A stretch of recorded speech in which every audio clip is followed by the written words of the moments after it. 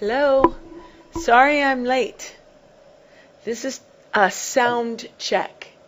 If you can hear, please respond on the chat board or email us so that we can be sure it's all good.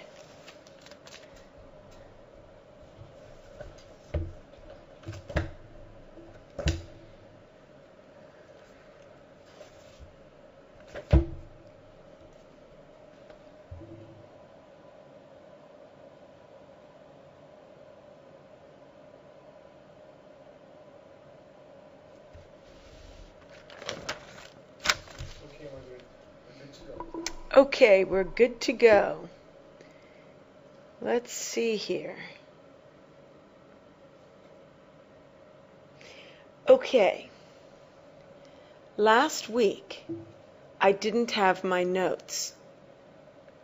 So, I would like to go over some of the material that we were supposed to understand last week and put all of this in context, because the passage that we are looking at today and for the last few weeks and coming up are very significant in this book. It's all about the living principle. Margarita, can you give page numbers? Yes, I will.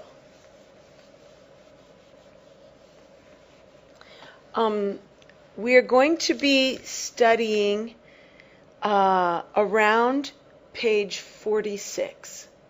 I say around because we're going to talk a little bit about page 45, and then we will begin into the new material, 46 into 47. So 45, 46, 47. All of this is about the living principle.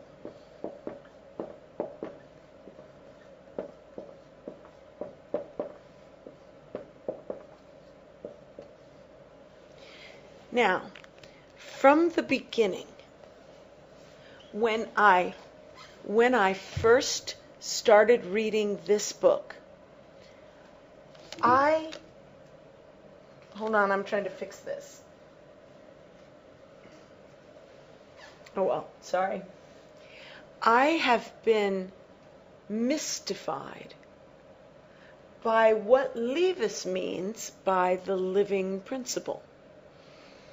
Over and over again, Levis has said that we are talking about something which is undefinable, something which cannot be said, something which can be evoked and intuitively apprehended, but that cannot be clearly, definitively explained. And I kept trying to clearly, definitively explain it.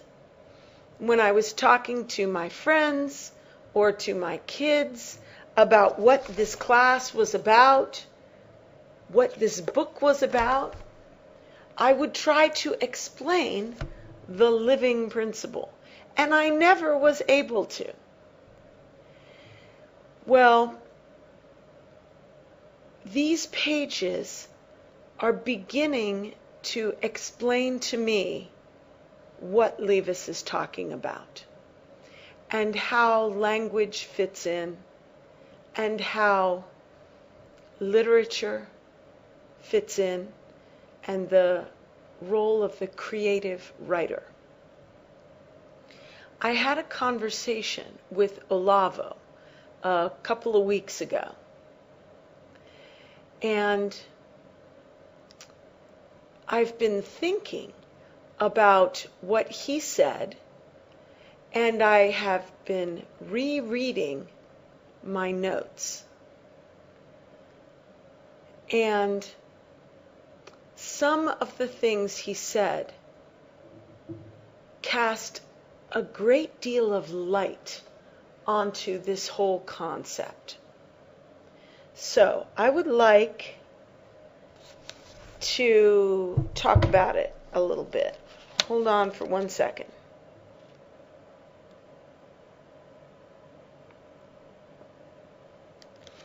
Okay, let me say a few things which are random, unconnected thoughts that I got from studying my notes. And we will pull these ideas in again later in the conversation. But for now, let me make a couple of important points.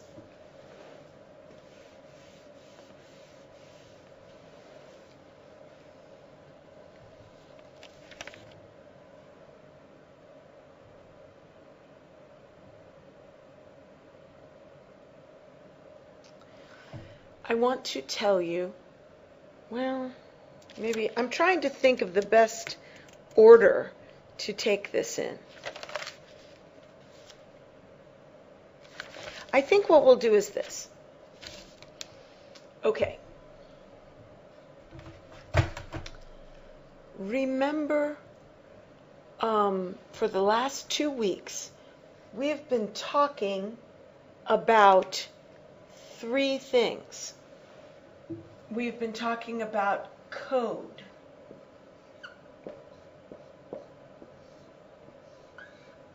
This is law.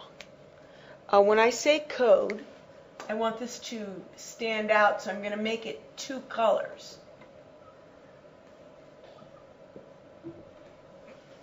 When I talk about code, I mean the laws that are written down for people to follow. And if you break the law, you will go to jail or have a punishment. These are specific laws, human laws. Code can also refer to the 10 Commandments, which in a sense is not human law, it's God's law. But it is the codification of God's law. So the 10 Commandments is a human adaptation of God's value system, God's justice, God's understanding of what is right and wrong, what is fitting, what is appropriate, what is good, and what is evil. So, the 10 Commandments fit in with this.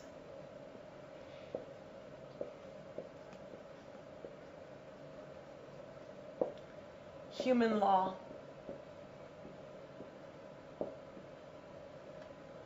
Laws. Human laws. Okay, now, we mentioned that above the code, there is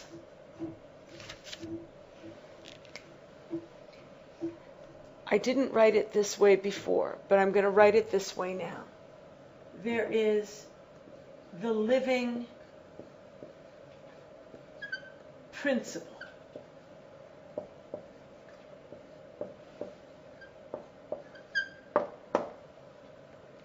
And I want to darken this up a bit, too.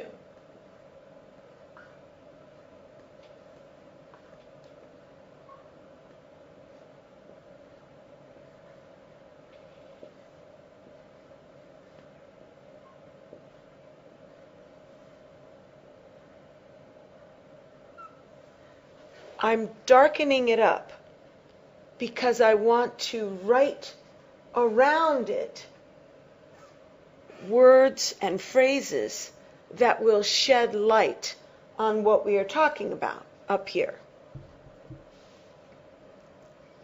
And then, of course, beneath the law, we have lawlessness.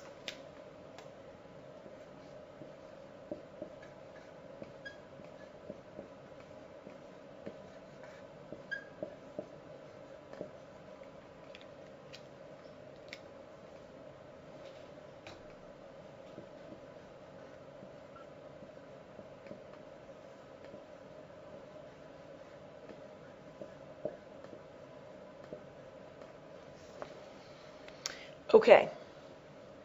Let us talk about these and make sure we understand them.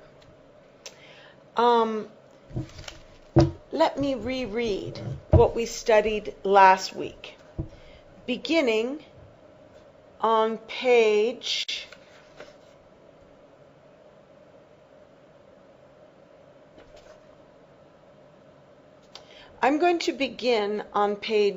45, the last line at the very bottom of the page, and then I'll turn over and read 46. Okay, this is what we studied last week.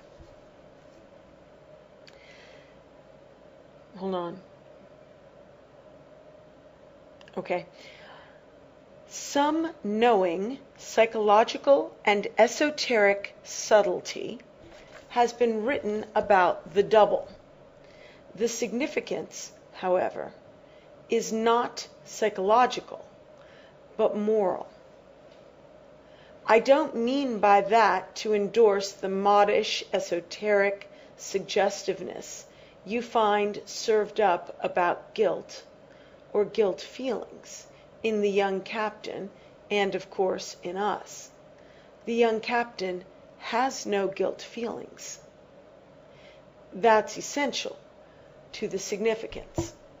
But he would have had guilt feelings if he had not recognized his supreme moral and human responsibility and acted on it. He sees in the double who has killed a man an alter ego. It might very well have been myself who had done it. That is his attitude. He doesn't mean, humbly, that he might have been guilty. There's no question of guilt by the criterion that's invoked in Conrad's art. By which I don't mean that the spirit of it is tensatis von gut and bos.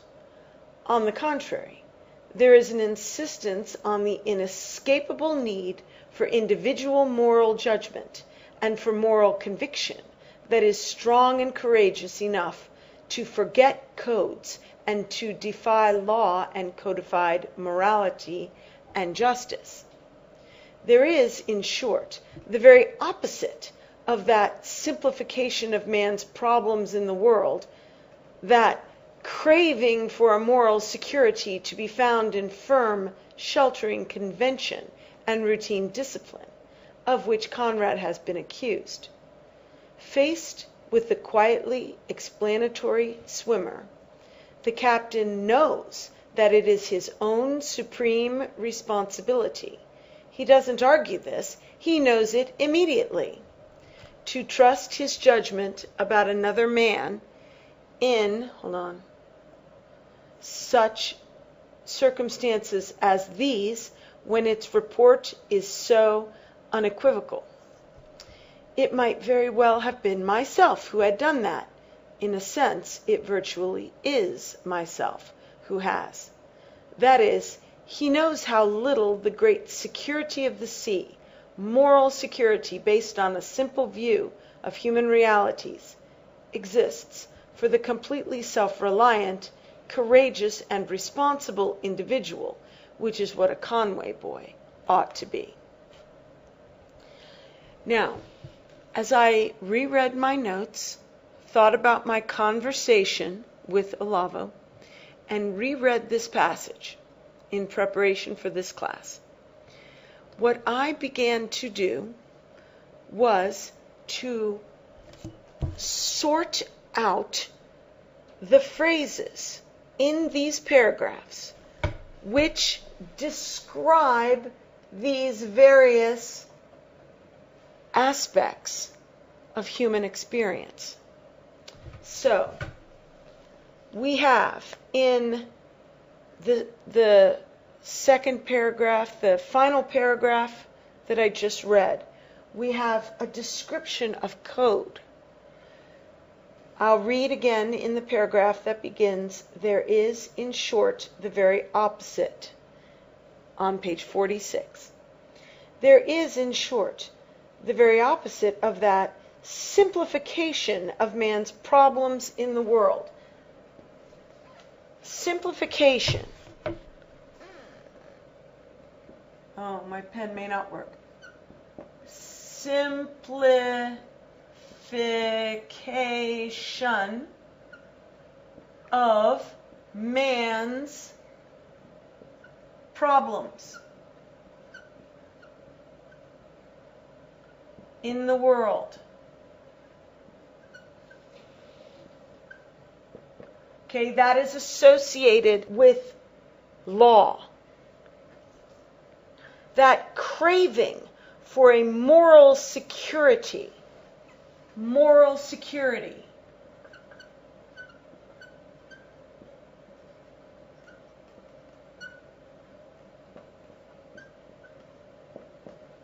Is part of code, which is to be found in the firm sheltering convention. Okay? Firm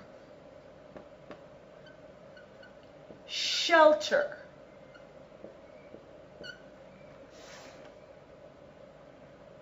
sheltering convention.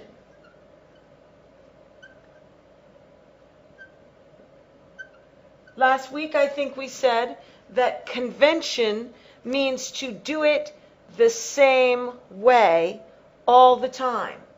And by doing things the same, people can feel they are on a firm ground for what they do. They don't have to be insecure. They have moral security.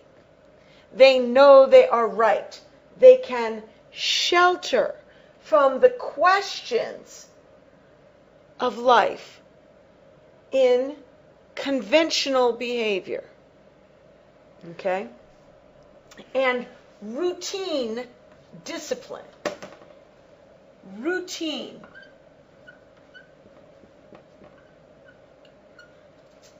Discipline.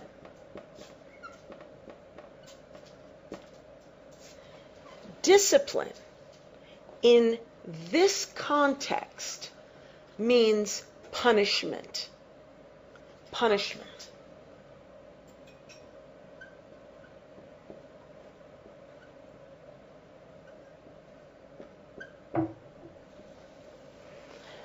Discipline, the word, also means training.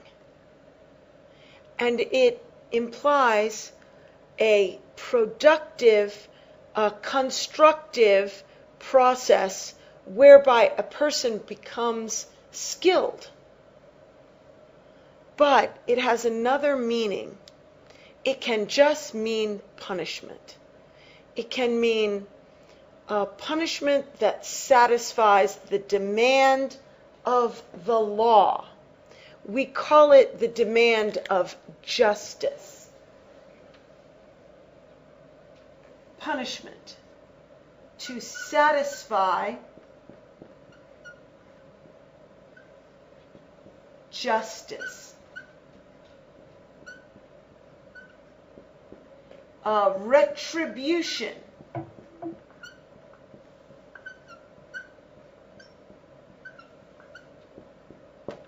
Retribution. We call it retributive justice. That means if you steal, you must be punished. It doesn't matter if you have already repented and given back. You still must go to jail for 10 years. It is not about training you to be good and not steal.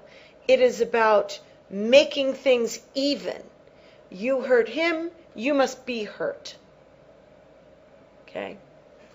So, punishment, routine discipline. In the United States, right now, in our schools, we have something called the zero tolerance policy. Zero tolerance.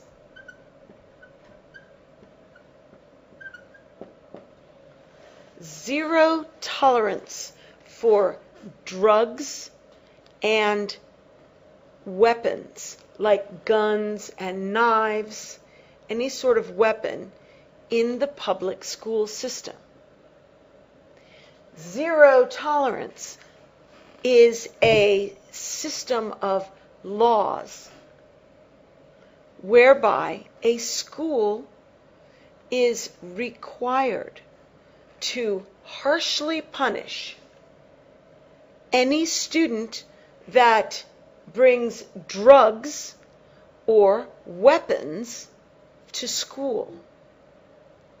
But the only problem is zero tolerance is supposed to mean we will kick you out if you bring a gun to school. But what it actually means is if you bring a plastic butter knife to spread peanut butter on your bread in your lunchbox, you can be kicked out of school. And in fact, it has happened many times. It has been in the news that good kids who are high achieving students, student leaders in the student body, have been kicked out of school for bringing a butter knife to spread peanut butter on bread in a lunchbox. By the same token, zero tolerance is supposed to mean if you are selling or using or purchasing or even possessing illegal drugs like crack cocaine or heroin or anything illegal, they want to kick you out because they don't want drug use in the school. But there have been girls who have brought Tylenol for their cramps or a headache, a Tylenol or a Motrin, common over-the-counter pain relievers, or allergy medication that is prescribed by a doctor, or something necessary. They have brought them in their purse, maybe one dose. It is caught, and the girl is kicked out. This has happened a number of times. This is what happens when you have routine discipline. Discipline which is by the book. You get situations which we have in America. It's like airport security. In America, it is illegal to discriminate on the basis of race or sex or age or ethnicity. So, if you go to take an airplane, there are long lines because they are searching people randomly for weapons. And it has become a joke in America that a young Arab Muslim man can walk through airport security unquestioned because the airport is searching an elderly white lady who is visiting her grandchildren. Maybe her grandchildren are with her.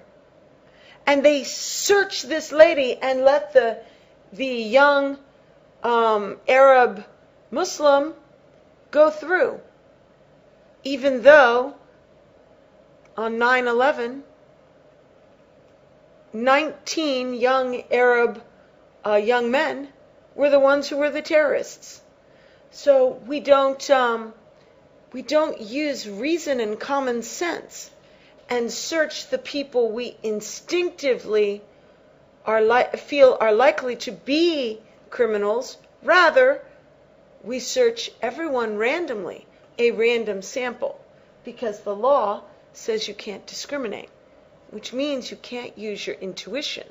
You can't use your head. So, routine discipline, of which Conrad has been accused. On the contrary, I'm still reading from the same paragraph. Faced with the quietly explanatory swimmer, the captain knows that it is his own supreme responsibility.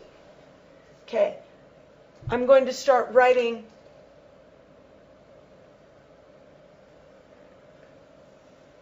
words and phrases that are associated with this area.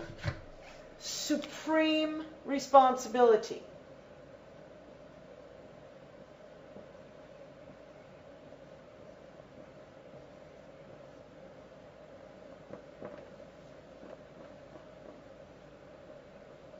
Now, the word supreme is important. It doesn't just mean very much. It means highest. The court of no appeals the court after which there is no appeal. The Supreme Court is the final judge, the highest judge. Any decision of law that is made in an ordinary court can be appealed all the way up to the Supreme Court, after which there is no appeal. So reading. Faced with the quietly explanatory swimmer, the captain knows. Okay? The captain knows.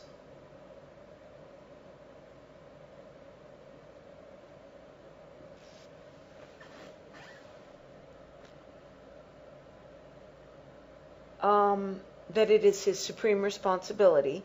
And in parentheses, it says, he doesn't argue this. He knows it immediately. Now, to argue is to debate. He doesn't wrestle with this decision within himself. He doesn't look at this law and that law and try to find a third law which will be the arbiter between the two. He doesn't refer to the code and search for a moral justification in which to take shelter. He doesn't search for moral security. He knows immediately.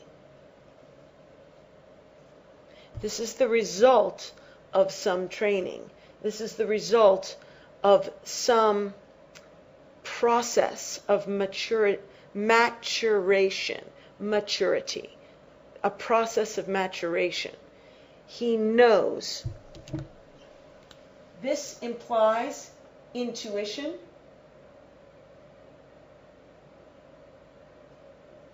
And this implies certainty.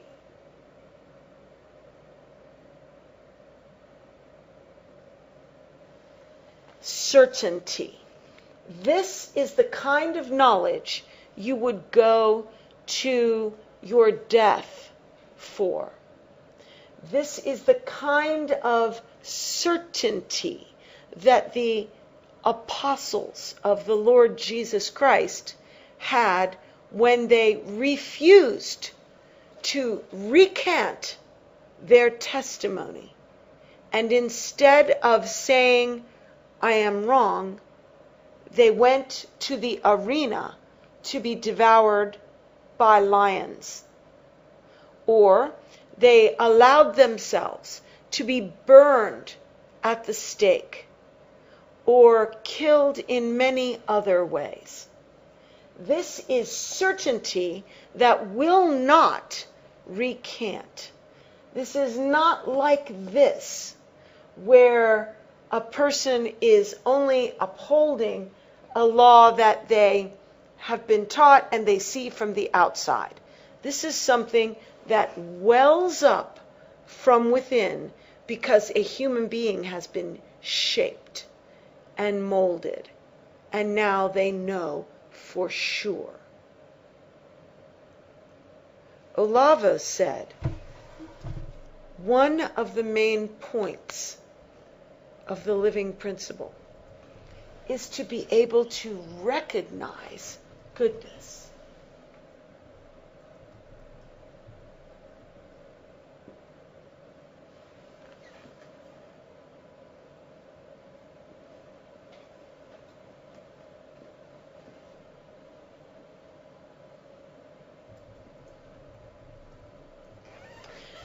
This may seem very simple, but it is not universal among people. In our day, people do not recognize goodness.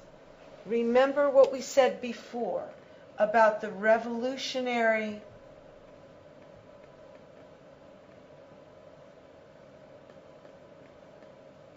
mindset.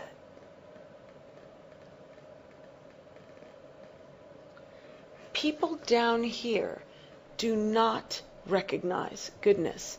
They have a faulty moral compass. They look at something which is bad and think it is good.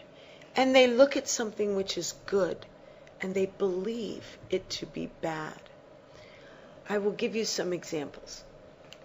I have a friend. When he was young, he was in the Ku Klux Klan. I'll just write that down, but I'll probably erase it.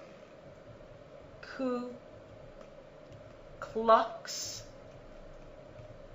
Klan. It's 3 different words.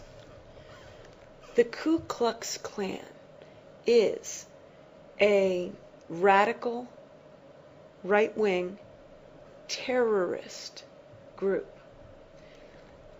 Historically, they have been against Jews, Jewish people, and black people, Negroes, African Americans, and Catholics, and others as well.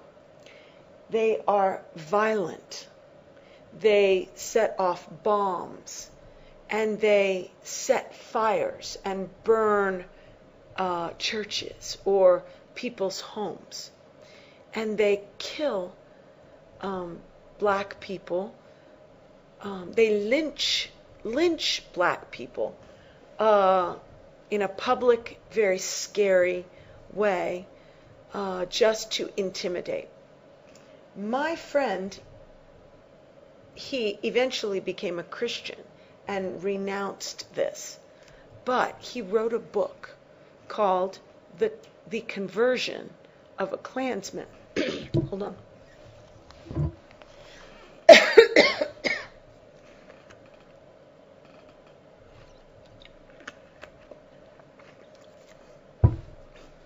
The Conversion of a Klansman.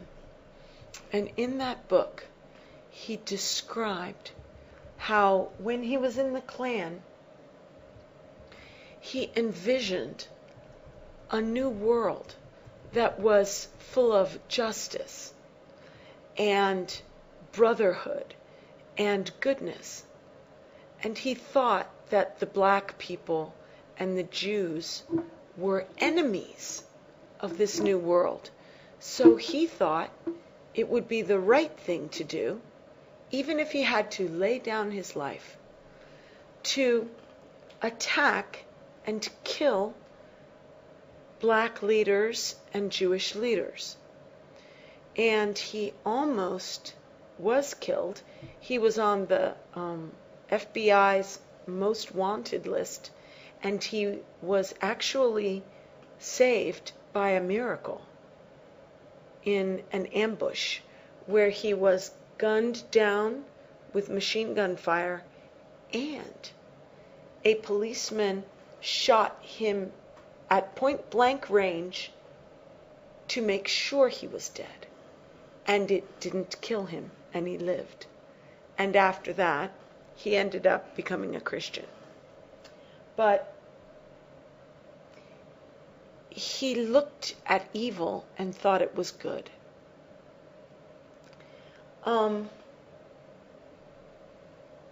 Also, I have another friend. He is a youth pastor at my son's church.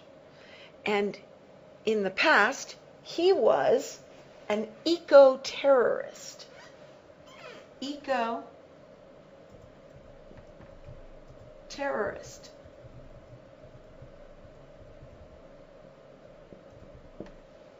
Which means he himself was a vegetarian. He would not eat meat. He was in favor of being good to animals. And he also was in favor of being good to your own body, being pure. So, if any of his friends or anyone he knew lit up a cigarette, he would jerk the cigarette away and beat the guy up. He would physically beat the man up for smoking a cigarette. And he would take blood from slaughterhouse blood and throw it on women who had a fur coat. He also did many other criminal things in favor of pure life, purity and health of the body. Also, in our country, I don't know what you will think of this, but this is what I think. The people who are liberal, they look at women and they say, a woman needs to have sexual and reproductive freedom.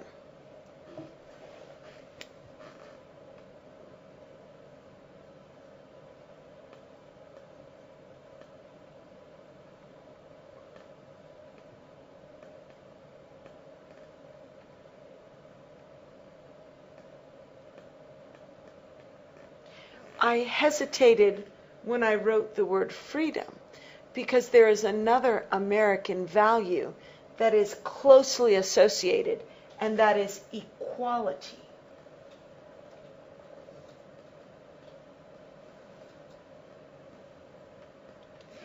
We value freedom and equality. And women in the past were not free to be promiscuous, to have sex with any man they wanted, because they might become pregnant. And if they became pregnant, then they would be restrained in their ability to have a career, a job, make money like a man. So they were not free and they were not equal.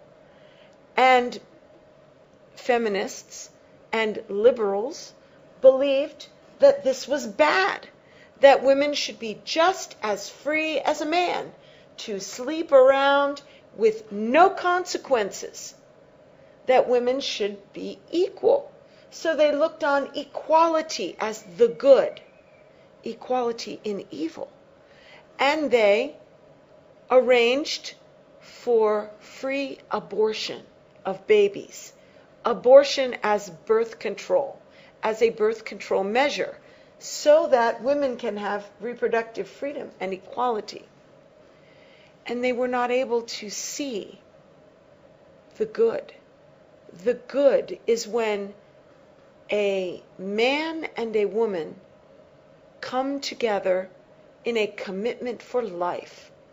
And within that context, they come together sexually, and children will follow. And those children will be loved and raised in a stable family with a father and a mother who love each other, are committed to one another, work together to create a loving and godly home for children to grow up in. That is the good.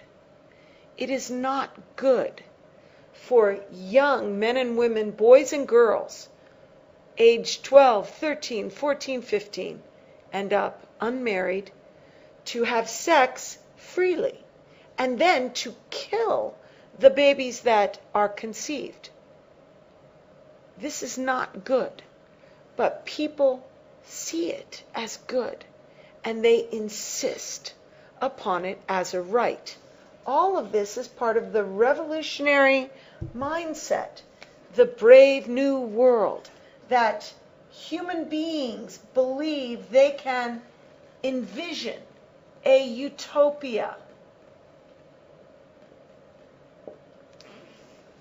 Whereas the real utopia is called the kingdom of God. And it is ruled by the laws of God. So we have something that belongs up here.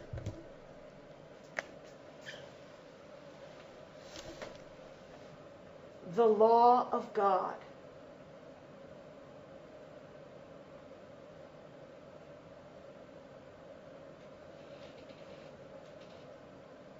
The law of God binds us all. The law of God is more similar to the laws of physics than it is to human law. The law of God cannot be broken. It binds everyone. That is why Jesus Christ had to die the death of a criminal to satisfy the demands of justice. Because justice exists up here as well as everywhere.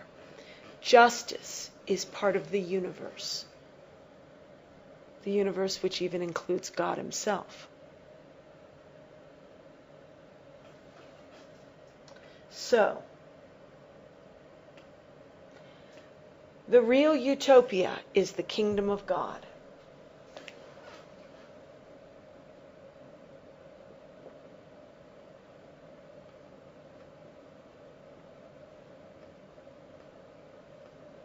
And Jesus said, the kingdom of God is within you. However, it is not within everyone. Any more than everyone is able to know for sure what is right, or even recognize goodness. To recognize goodness is part of human maturity. Human maturity.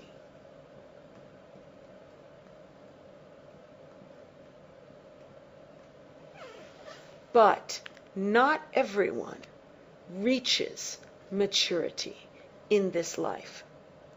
Some people who are 80, 90 years old have not reached human maturity. When I say human maturity, I'm speaking in the third realm. I am not speaking about biology. We reach biological maturity at the age of 15 or 16 or 20, whatever you want to say. But in order to reach full human maturity, it requires a process of training, a discipline. So, let me see. I also want to point out another Bible verse. We're talking about justice. How many of you remember a Bible passage that says, "Do you not know you shall judge Angels.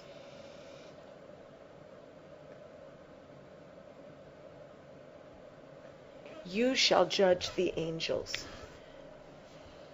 Do you think you're ready for that now? I am not ready for that now.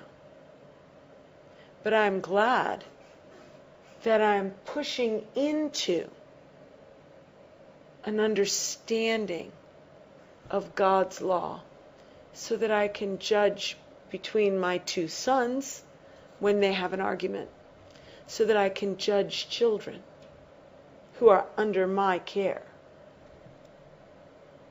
so that I can be the best judge that I can be, and so that I can judge myself in terms of choosing what is right to do in cases of moral ambiguity. I am pushing into this area, falling back and pushing in, falling back and pushing in. And this course of study with Olavo has helped me a great deal in understanding what my goal is.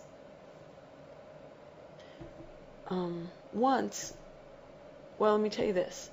Last week, I was talking to my daughter about this. She is 20 years old, almost 21. And we were talking about,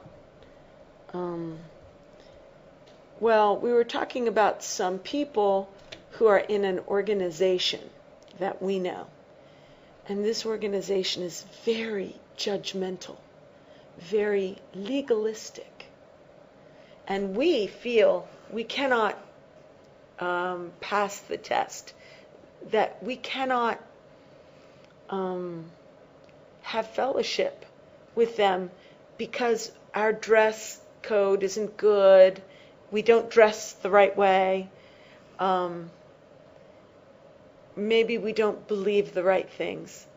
And I was trying to explain to my daughter about the moral security that comes from a code.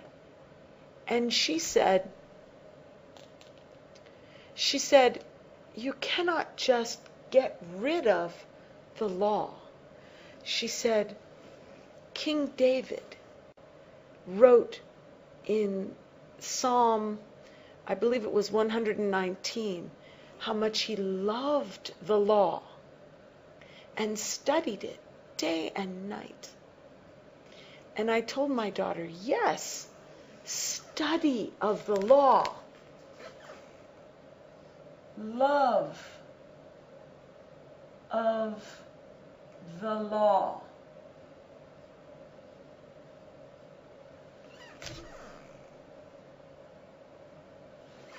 Is part of the living principle. I remember a time when I first knew that the law of God binds us all, and I started to search the scripture for any little law that I could meditate on. This was 20 years, 30 years ago, maybe 20 years ago, that I could meditate on so that I could chew on it and take in some wisdom from it. Even if it was a dietary law from the Old Testament, or if it was some small law from the book of Proverbs, some nugget of wisdom, or something from Deuteronomy, something about purity, anything. I wanted to ruminate. I wanted to study and meditate and dwell on the law that God had given so that I could understand why he gave it. So, this is part of pushing up into the living principle so that when the morally ambiguous circumstance arises, we are experts in the spirit of the law. Also, I want you to understand that up here is the place of the identity. This was something I drew up here last week. The identity. And I always draw this little picture, which for me signifies bright light shining out. That's what that signifies. Bright light shining out with the identity at the center of a glow of outward beaming rays of light. And here is the center of self. And self is in the center of a thick wall, a crust. It's very small and inward focused. And at best, it dwells in the realm of law, at best. At worst, it can drop down into lawlessness, which is entirely based in selfish motivation. Let me see if there's anything else in here that we were thinking about. Okay, and down here, a person believes themselves to be beyond good and evil.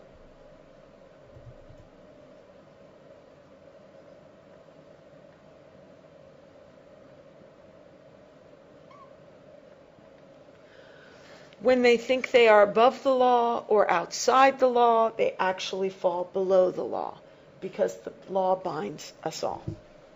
So, within this framework of understanding, let us go back to the book.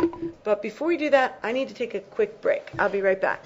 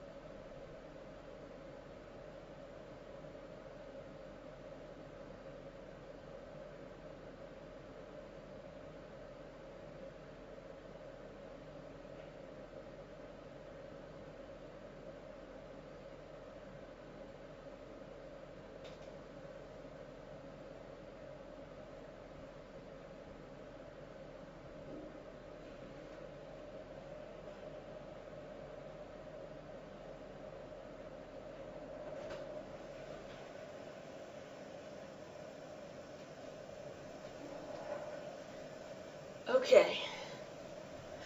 All right. I hope you have written all this down because I'm going to need to erase it in just a second. Hold on, let me see.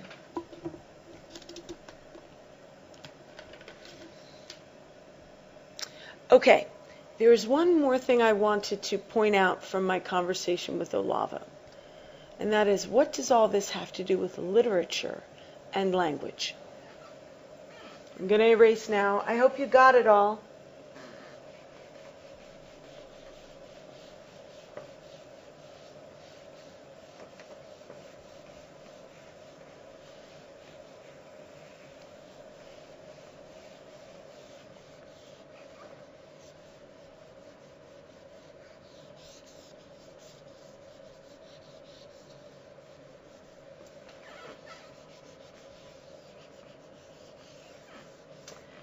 Okay.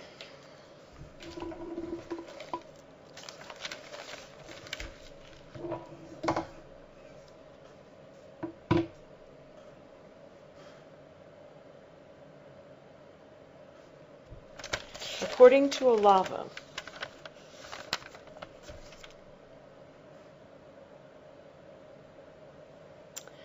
there are many human realities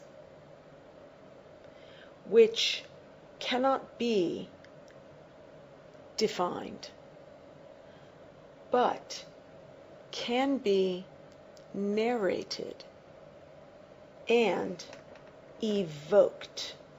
I'm going to write that quote down. This is a quote of Olava. there are many human realities.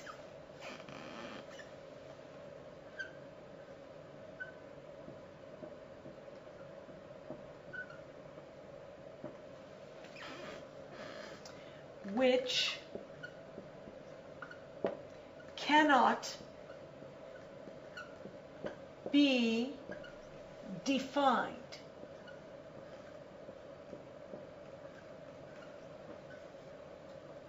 But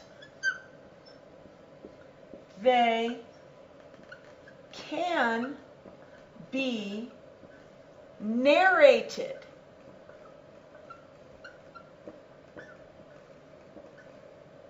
and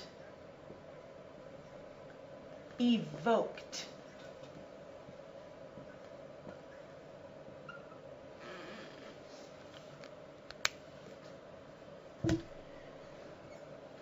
Olavo described to me how he felt as a child when he was maybe 6 years old.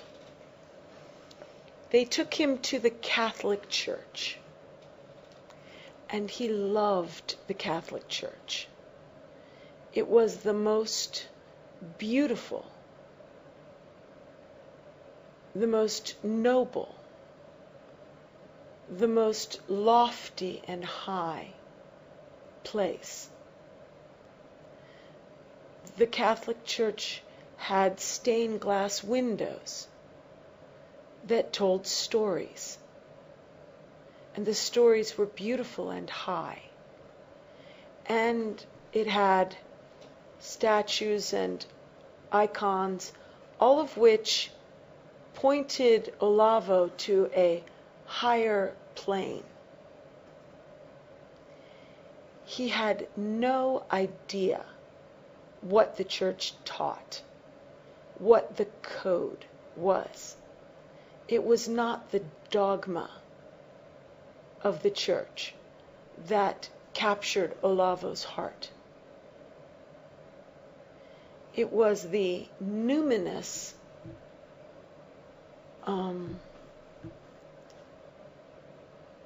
stories and images. And it planted in Olavo a thirst for God, an appetite, a love, a recognition of what he wanted, which was God. To him, this was one of the human realities that can be evoked and narrated by stories, but they can't really be defined. Let me tell you a story of my son. When my children were little, I tried to read them stories of saints and heroes and good people, because I wanted to capture their heart for goodness.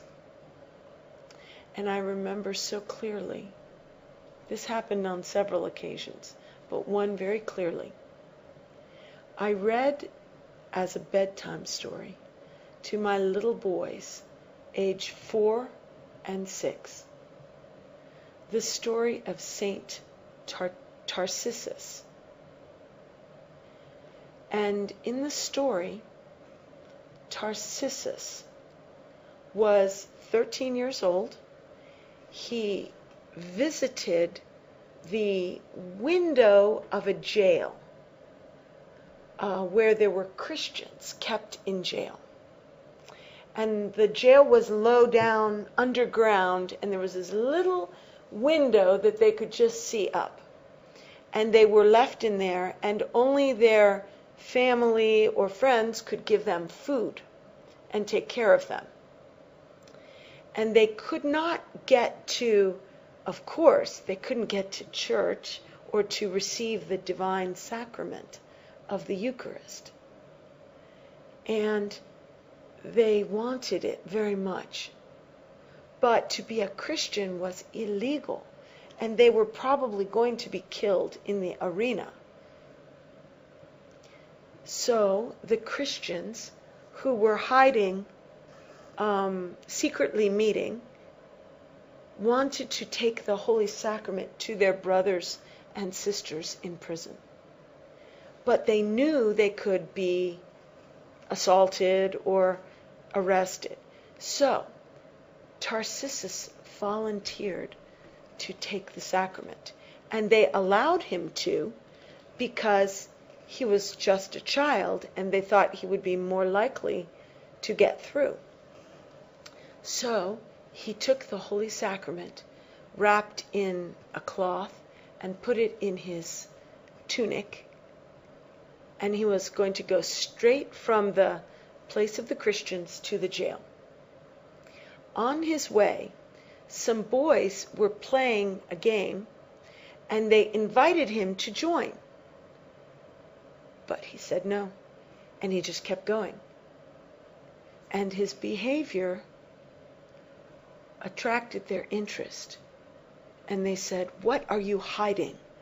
What do you have in your shirt?" They thought at first maybe he had some good food or some sweets or something. "You should share with your friends." But he kept going, knowing he carried the body of the Lord. And then someone got the idea. Maybe he is a Christian transporting the Holy Sacrament. Well, at that point, the group of boys became a mob because it was legal to beat and kill Christians. And so they chased him and grabbed him and beat him up. And the whole time they kept saying, "Give us what is in your shirt. Give it to us." And instead of defending himself from their fists, their kicks, and even when they took rocks to hit him, instead of protecting himself, he held on to the Holy Sacrament, allowing himself to be battered with stones and kicked and beaten. And it wasn't until he went unconscious that they were able to get in and discover that, yes, it was the sacrament. And because they were not Christians, they just left him for dead. And one of the boys, who was slightly sympathetic to the Christians, went and told the Christians what had happened. And some of the brothers went and collected Tarcissus and the sacrament and brought him back to the home, and he died. So he is called the martyr of the Eucharist by the church. Well, I read this story to my boys, age 4 and 6, and the youngest boy, after the story was over, said with tears, "I want to be like Tarcissus when I grow up." See, he had been captured by the story, by the heroism of Tarcissus as he held on to the Eucharist while they beat his head with rocks and kicked him in every vulnerable place. He wanted to be a hero for Christ. Now, if I had said to my son, "You should love the Holy Sacrament above anything. If anybody wants to do anything bad to the sacrament that we receive in church, you should be willing to die rather than allow them to touch the Blessed Sacrament." Do you think a 4-year-old would have agreed? To him, he sees the host in church. It means nothing to him. But to see a story where a boy, 13 years old, endures the beating to protect it, created in his mind the experience of the holy, the experience of something worth dying for. There are many human realities which cannot be defined, but they can be narrated. Narrated means to tell a story. And evoked. Evoked means to light a fire. To set a match to the tinder, and a fire is lit.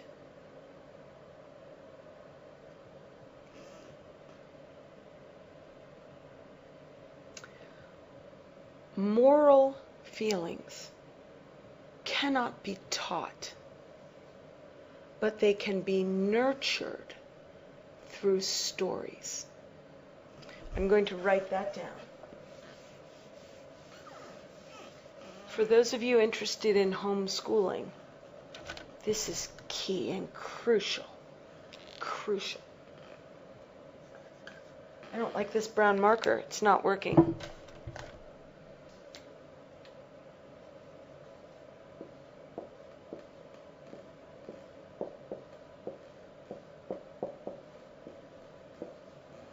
Moral feelings cannot be taught, but they can be nurtured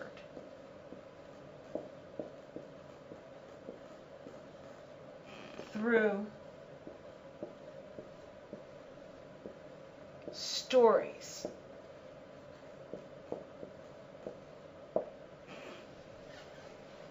When my children were young, I didn't allow them to read any stories, almost, that were written after 1960.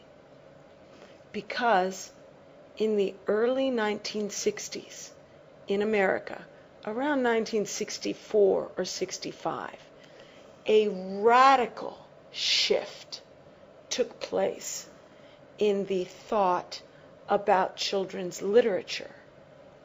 Previous to the 1960s, children's literature was moral. It was thought that it was good to give children a high moral example through literature. But around 1964-65, people began to hate that perspective. And I read criticisms of classic literature in which the most angry, bitter language was used to vilify authors that attempt to present morals in literature. They called the material saccharine sweet and sappy and goody-goody and disgusting. And instead, they held up the ideal of giving children something they could identify with, which meant enshrining in children's literature the behavior that they assumed was common, i.e., disobedience to parents, disrespect, hatred of siblings, distrust of adults, belief that the child knows best, and that only children are to be trusted. All of these kinds of things were considered normal childhood attitudes, and therefore they wrote them into the literature so that the children would have characters they could identify with. So I kept my children reading earlier literature. When I spoke to Olavo, he said something interesting about literature.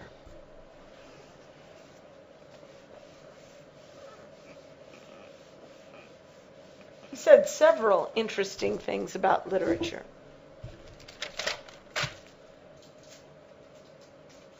One thing he said,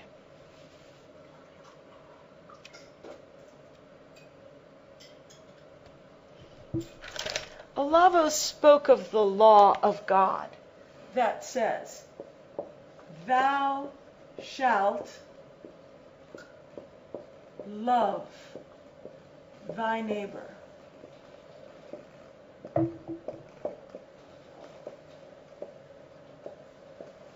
as thyself." Love thy neighbor.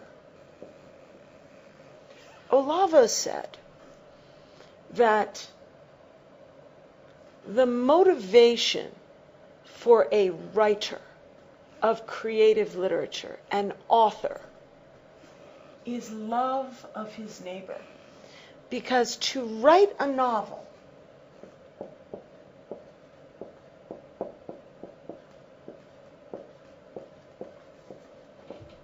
is to seek the truth about human reality.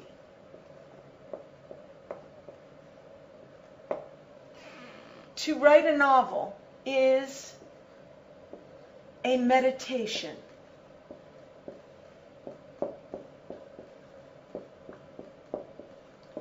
And it is a search.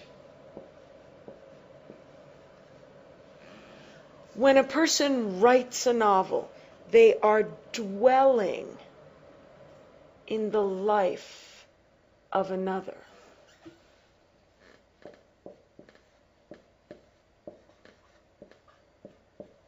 In English we say, in another's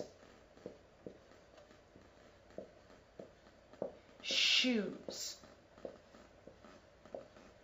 To dwell in another's shoes.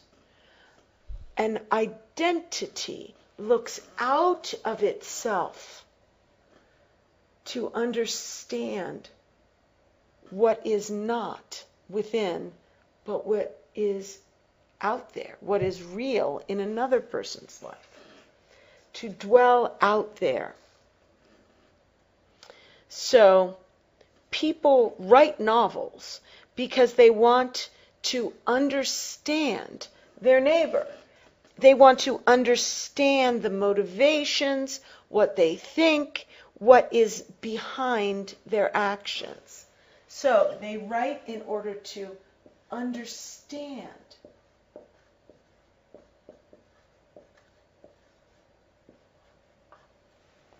their neighbor.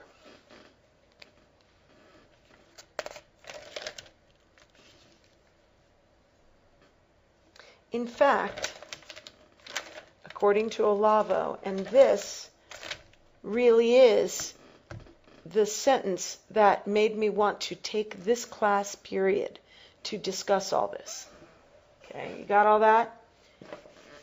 This is the last big sentence that came from my conversation with Olavo. In fact, the whole of literature is a search for the living principle, the higher law, known only as a search, uncodifiable, a deeper understanding of human reality. I'm going to write that down for you. This quote came out of my conversation with Olavo. The whole of literature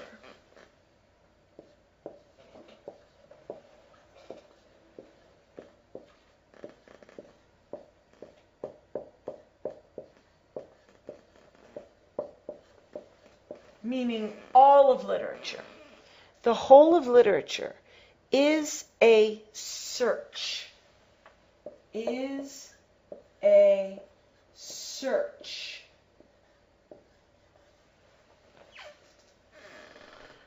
for the living principle.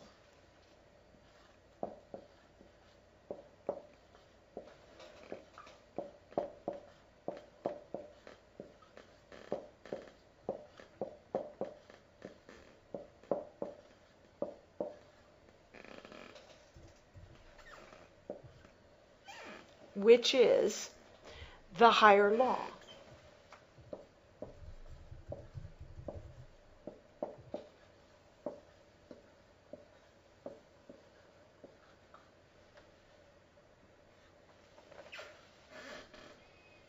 Known only as a search. Okay, so this shouldn't be that's not right. It should be another one of these. Because the higher law, the living principle, the higher law, in parentheses, known only as a search.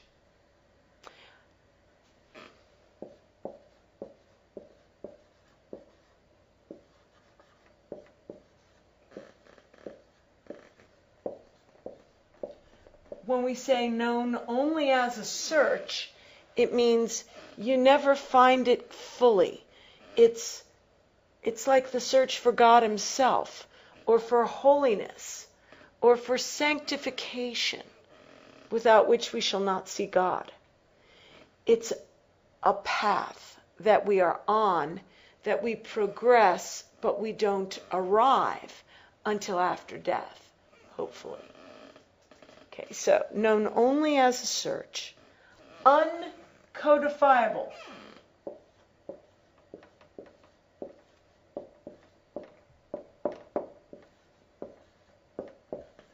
The reason it is uncodifiable is that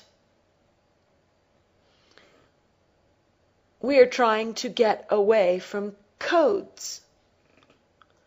A code is a human reduction of the living principle. The living principle is the principle of justice and of goodness that is part of who God is. We reduce it to a system of laws to try to approximate the goodness of God in human interactions. But you have to break free of that to be in the living principle. It is like the way we are in God's image. But God is so much more than what we can represent as people. So the law is an image. It's in the image of the living principle. But the living principle is so much more. So it is uncodifiable because it's too big. A deeper understanding of human reality.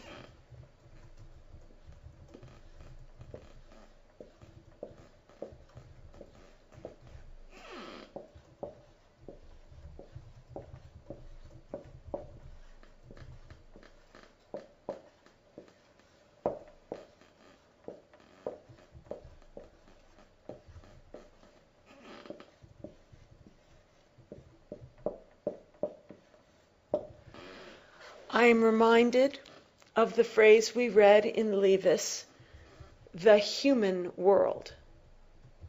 The human world is not just the air we breathe and the space we occupy. The human world is the system of interactions, of understandings, of cooperation, of history, of habit and custom and expectation of what a person ought to do and ought not to do. The human world is a third realm reality. Human reality is that way. And literature is a study of human reality. It is a search for greater understanding of that reality.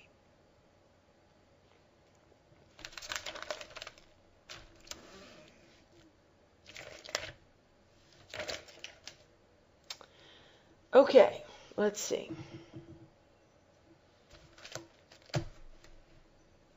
All right, what I would like to do is simply read the portion of Levis that we were planning on studying tonight, and then pick it up again next week. But I'd like you just to hear the reading and think about it through the week, and we'll talk about it again next week. So, I'm going to begin with the last paragraph on page 46 of the quote, where Levis is quoting himself. The paragraph begins with, "There is, in short, the very opposite." Okay?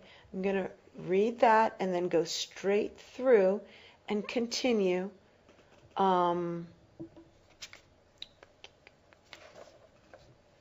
I think I'll probably continue at least one more paragraph, if not two. Okay, so I'll just read, and you can just listen. There is, in short, the very opposite of that simplification of man's problems in the world, that craving for a moral security to be found in firm sheltering convention and routine discipline, of which Conrad has been accused. Faced with the quietly explanatory swimmer, the captain knows that it is his own supreme responsibility. He doesn't argue this, he knows it immediately. To trust his judgment about another man in such circumstances as these, when its report is so unequivocal. It might very well have been myself who had done that. In a sense, it virtually is myself who has. That is, he knows how little the great security of the sea, moral security, based on a simple view of human realities, exists for the completely self-reliant, courageous, and responsible individual, which is what a Conway boy ought to be. With what sureness Conrad has tackled here in his creative writer's thought the problem, life and lives, that was for Dickens in Little Dorrit at the center of his profoundly deliberated undertaking, that being an inquest into contemporary society. The young captain and the fugitive from justice are, as they have to be, two separate centers of sentience, two identities.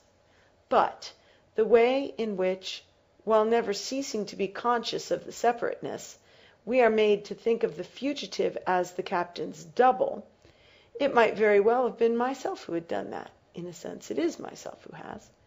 Makes the young Conrad captain for us, in the testing situation, the presence of life, the race, as human responsibility focused in the individual being, one who so patently knows that he does not belong to himself. My critical judgment is mine, in the sense that I can't take over anyone else's. If I did, it would cease to be a judgment. But it is not merely and possessively mine, my implicit assumption being that it is right. I know that it is not mine, and that my responsibility is to mean it as universally valid. Of course, it has a training behind it, one that has entailed a complexity of necessarily collaborative frequentation, a matter, most importantly, of exercising sensibility and responsive thought on the work of creative writers. Such a judgment seems to oneself a judgment of reality, and for arriving at it, there are no rules, although there is active, informing principle. Okay, I guess I'll stop there and see if anyone has any questions, and come back in about 5 minutes. So send any questions you have, and I'll see you soon.